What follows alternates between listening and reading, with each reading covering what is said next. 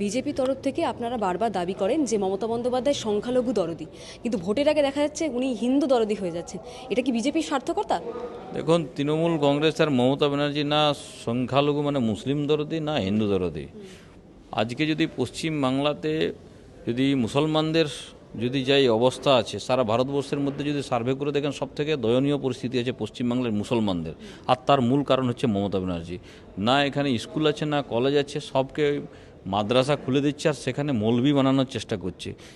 কোনো জায়গাতে আমি দেখলাম না পশ্চিমবাংলা থেকে মুসলমানদেরকে মমতা ব্যানার্জি ডাক্তার বানানোর কথা বলছে, না ইঞ্জিনিয়ার বানানোর কথা বলছে, না সায়েন্টিস্ট বানানোর কথা বলছে।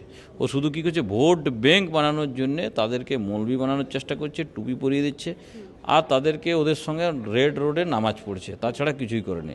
আর এই মন্দির করে মায়ের মন্দির হোক কিংবা জগন্নাথ দেবের মন্দির হোক, মন্দির বানানোর সাধুবাদ আছে, সুস্বাগতম আছে, কিন্তু ভোটের আগে আর পরে কিছুই ওর কোনো লাভ হবে না। কারণ বাংলার মানুষ দেখেছে কি মমতা ব্যানার্জি কী করেছে। দুর্গাপূজা করার জন্যে কোর্ট পর্যন্ত যেতে বাধ্য করেছে বাঙালি হিন্দু সমাজের মানুষকে। সরস্বতী পুজোতে স্কুলে স্কুলে সরস্বতী পুজো বন্ধ করিয়ে দিয়েছে। তো এগুলো সব দেখেছে বাংলার মানুষ। এসব নাটক করে কোনো লাভ হবে না। কারণ যে কয়েক পার্সেন্ট হিন্দু সমাজের ভোট পেত আজকের ডেটে সেই ভোট আর কেউ দেবে না এই তৃণমূল কংগ্রেসকে।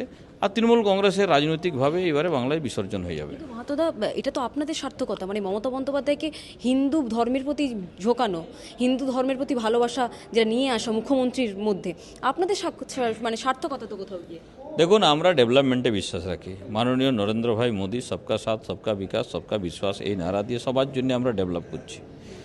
ভারতবর্ষে যতজন বসবাসকারী ব্যক্তি আছে মাননীয় প্রধানমন্ত্রী নরেন্দ্র ভাই মোদি সবার চিন্তা ভাবনা করেই তার প্রত্যেকটা পলিসি করছেন। আপনি দেখুন, আজকে যদি যা বলবেন যে কিছু শুধুমাত্র কি একটা ধর্মের জন্য কিংবা একটা জাতের জন্য কিছু করেছেন না।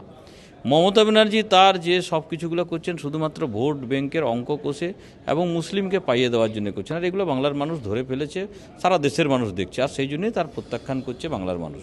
আর এইবারে তার সেই কারণে কীভাবে পলিটিক্যালভাবে বিসর্জন হয়ে যাবে তার। সিঙ্গুরের মাটিতে যেখানে টাটাকে মমতা বন্দ্যোপাধ্যায় তাড়িয়েছিলেন, সেখানে আসছেন দেশের প্রধানমন্ত্রী। কি আশা রাখছেন আপনারা দেশের প্রধানমন্ত্রী? দেখুন, অপেক্ষা করুন, আর বেশি দেরি নেই, 72 ঘন্টা আছে। বাংলার জন্য খুব ভালো খবরই থাকবে, সুখবর থাকবে। মানে টাটা যে রেগে চলে গেছিল বাংলা থেকে, বাম তো পারলো না নিয়ে আসতে। টাটা রেগে চলে যায়নি, টাটাকে মমতা ব্যানার্জি তাড়িয়েছিল এবং একটা এমন মেসেজ দিয়ে দিল পশ্চিমবাংলার জন্যে, যার কারণে আজকে কোনো উদ্যোগপতি কোনো ব্যবসায়ী আর পশ্চিমবাংলা আসতে চায় না। 6000-এর উপরে এখানে ছোট বড় ফ্যাক্টরি পুরো বন্ধ হয়ে গেছে, বন্ধ করিয়ে দেওয়া হয়েছে। আর তার কারণে আজকে পরিযায়ী শ্রমিক হয়ে বাংলার মানুষ, বাঙালি যুব সমাজের ছেলেমেয়েরা বিভিন্ন রাজ্যে গিয়ে একদম পুরোপুরি খুব অল্প মাত্রা পারিশ্রমিকে কাজ করছে। এটার জন্যে মূল দায়ী হচ্ছে সিপিএম, আর তার পরে হচ্ছে তৃণমূল কংগ্রেস। তৃণমূল কংগ্রেস আর সিপিএম মিলেই কাজটা করেছে।